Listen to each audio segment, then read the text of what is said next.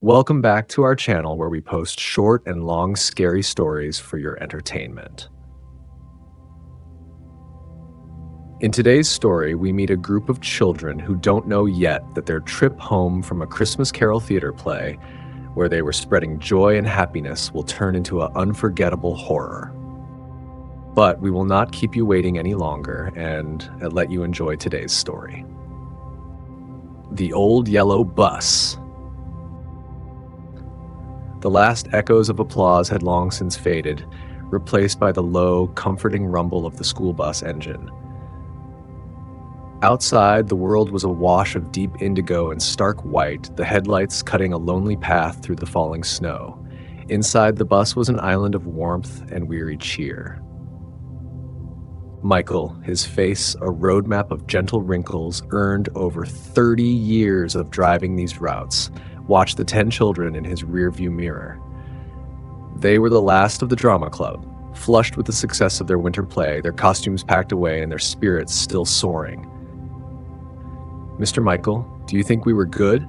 asked Sophia, her lovely, earnest face glowing in the dim cabin light. "Good?" Michael chuckled, his voice a gravelly comfort. "You were stars, every one of you. Broadway's going to be calling any day now." A ripple of tired laughter went through the small group. David, ever brave, was reenacting his sword fight in the aisle, using a rolled-up program as a foil. Theo, the popular one, was holding court in the back, while James, the smart one, was already engrossed in a thick novel under the faint glow of an overhead lamp. Emma and Hendry, a pair perpetually joined by anxiety, were huddled together, whispering nervously about a missed line no one else had noticed. The bus crested a hill, leaving the last vestiges of suburban light behind. They were on the old county road now, a 5-mile stretch of forest and farmland that was the final leg home. The snow was coming down harder, thick flakes that swirled and danced in the headlight beams like frantic ghosts. Then it happened.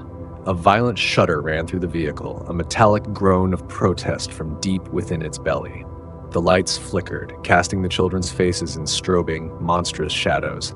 The engine coughed, sputtered, and with a final, dying hiss, fell silent.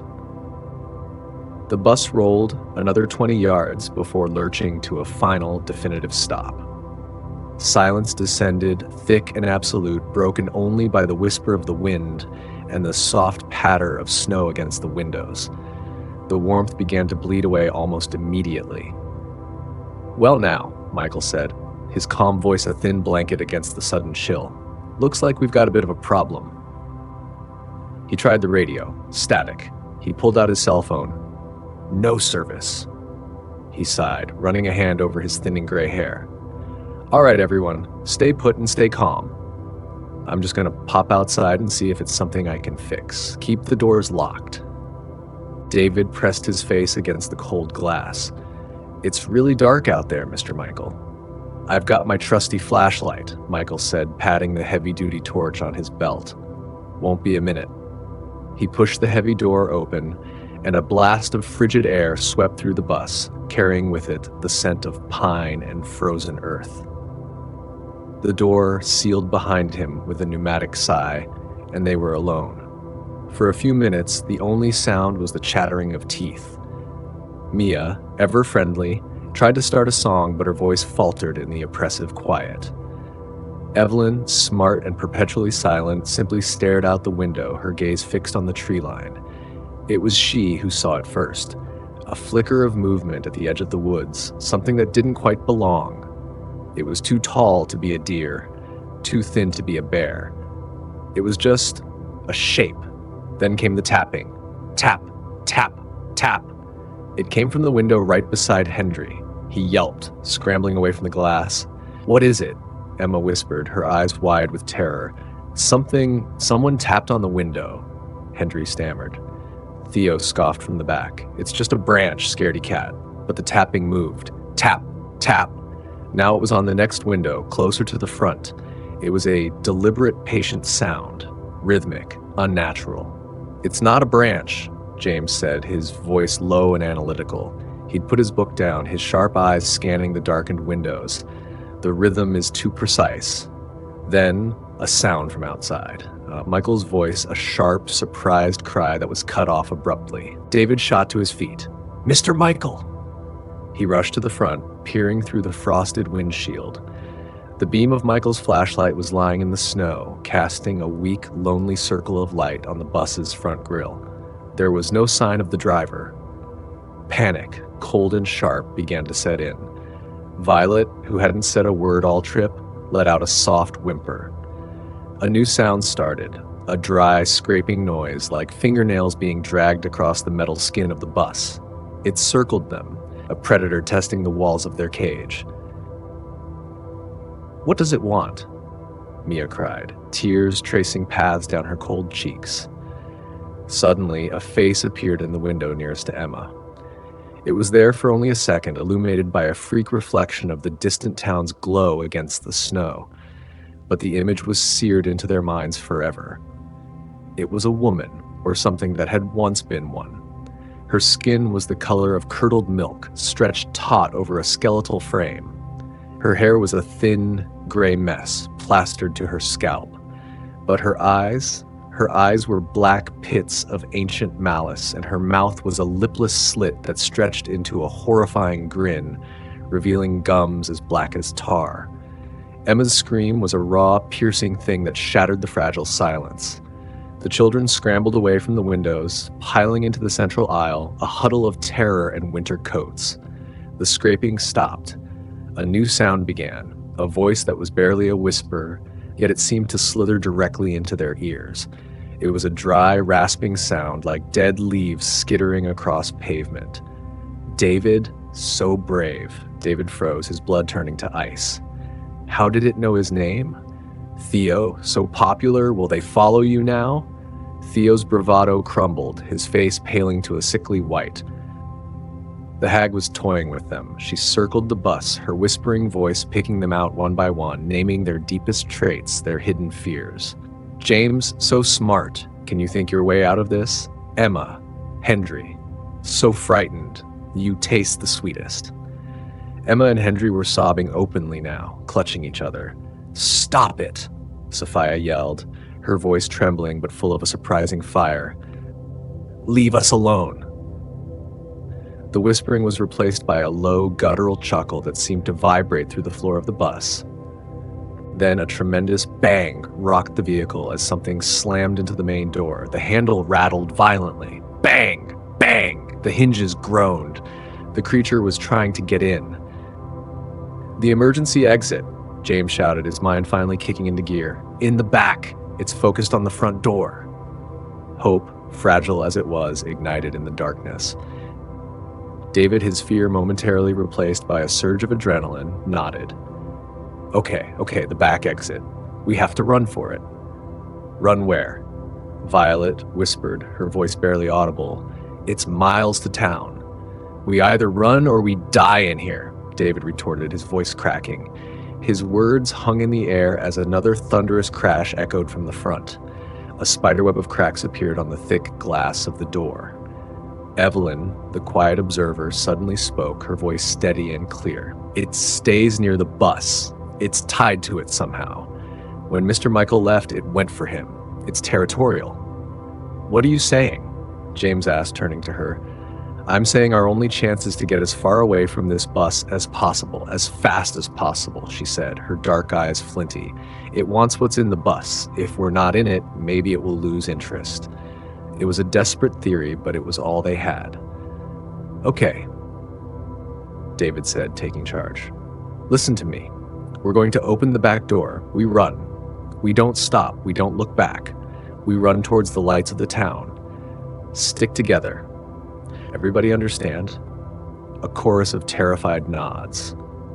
David and Theo moved to the back, their hands fumbling with the latch of the emergency exit. It was stiff from the cold. The banging at the front was growing more frantic, the glass cracking further with each impact.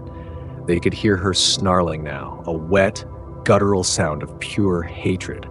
With a final, desperate heave, the latch gave way. David pushed the door open. An Arctic wind howled into the bus, and the black, snow-dusted forest loomed before them. "Now!" David yelled. "Go, go, go!" One by one, they tumbled out into the knee-deep snow. Sophia, Mia, James, the sobbing pair of Emma and Hendry. Violet hesitated for a second before Evelyn gave her a gentle push. Theo, his popularity forgotten, was right behind them. David was the last of the children out. They ran, their lungs burned with the icy air, their legs clumsy in the deep powder. The sounds from the bus were horrifying. A final crash of shattering glass followed by a triumphant, inhuman shriek. David risked a glance over his shoulder. He wished he hadn't. The hag was crawling through the broken door of the bus. She moved like an insect, her limbs bending at impossible angles. Her head swiveled, her black eyes fixing on the fleeing children. For a moment, she stood silhouetted against the bus's dark interior, a nightmare given form. Then she launched herself into the snow, moving with terrifying speed, her long arms and legs churning through the drifts. She wasn't giving up. "Faster!" David screamed, his voice raw with panic.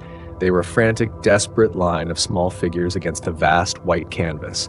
The hag was gaining. They could hear her ragged breathing, her clawed hands scraping against the frozen crust of the snow. Hendry stumbled, falling face first into a snowdrift.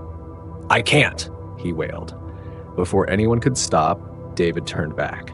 He grabbed Hendry by the arm, hauling him to his feet. "Yes, you can! Get up!" That brief pause was all the hag needed.